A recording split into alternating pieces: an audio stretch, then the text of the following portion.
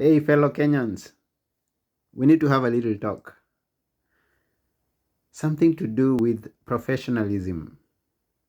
Listen to what John Maxwell has to say.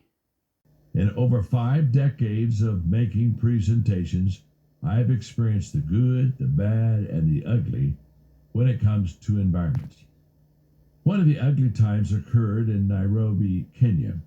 When I arrived at the hotel, my host was excited because a crowd much larger than anticipated had shown up to hear me.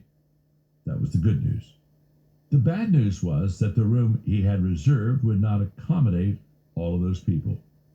What was the host's solution? To have me speak in the gigantic hotel lobby. Yes, the lobby, where people were walking in and out of the front door, arriving guests were registering, hotel staff was carrying luggage to and from 5 different elevators, and people were rushing through on their way to restaurants, meeting rooms, and the hotel's amenities.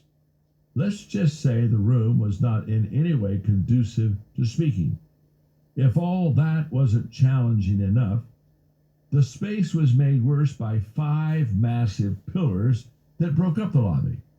That meant that less than half of the audience would have a straight view of me. I knew from the start I was in trouble because the conditions were going to make connecting with the audience almost impossible. I was not prepared mentally or emotionally to overcome such great challenges, but I had no choice but to do my very best. As I stood to address the crowd, my friend Tom Mullins, who was traveling with me, stood up, picked up his chair, and carried it to the front until he was only 10 feet from me in my direct line of sight. He sat down, pulled out his pen and notebook, looked at me with a big smile, and said, "Talk to me, John. I'm so excited to hear you speak."